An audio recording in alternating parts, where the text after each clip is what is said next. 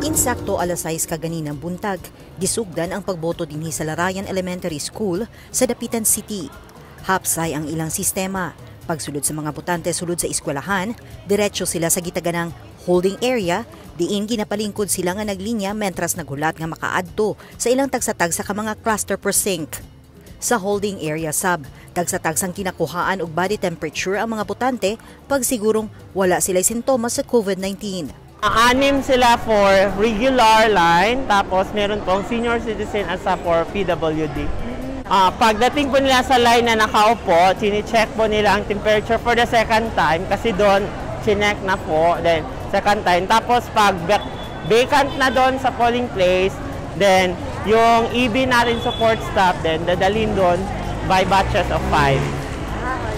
We started on time. Yung mga electoral board natin at support staff, they arrived earlier. So they test the machine at by 6 o'clock, nag-start talaga tayo lahat ng 3 presinto. Busa way makitang tapok sa mga tao gawa sa mga polling precincts. Aduna sa gibutang ang mga lingkuranan sa gawas aron komportable makalingkod ang mga botante. O sayo, Kay? para magbutar, para makabutar po. Kaysa unya panghapon, dugay. Kayo man ming ni kuan diri. Kumpara sa niaging eleksyon unsa man karon?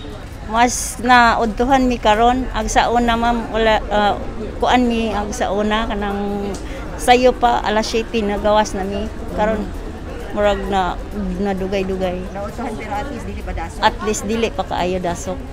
Gilaumang sayo nga mahuman ang botohan dinhi sa Larayan Elementary School. Kay gawas nga tulo lang ka mga clustered precincts ang anaa dinhi, wala say na sinating aberya sa gigamit nga mga vote counting machines. Apan sa silingang lungsod sa Piñan, Zamboanga del Norte, anaa sa 11 ka mga vote counting machines ang nagkaaberya.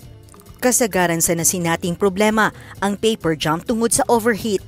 Upad sab ka mga barangay ang nakasinating brownout, hinuon wa ra malangan ang pagsugod sa pagboto sanglit aduna may standby battery. Sumala sa COMELEC, posibleng mutaas pa ang oras sa pagboto tungod sa pag-overheat sa mga VCM nga kinahanglan pang pabugnawon.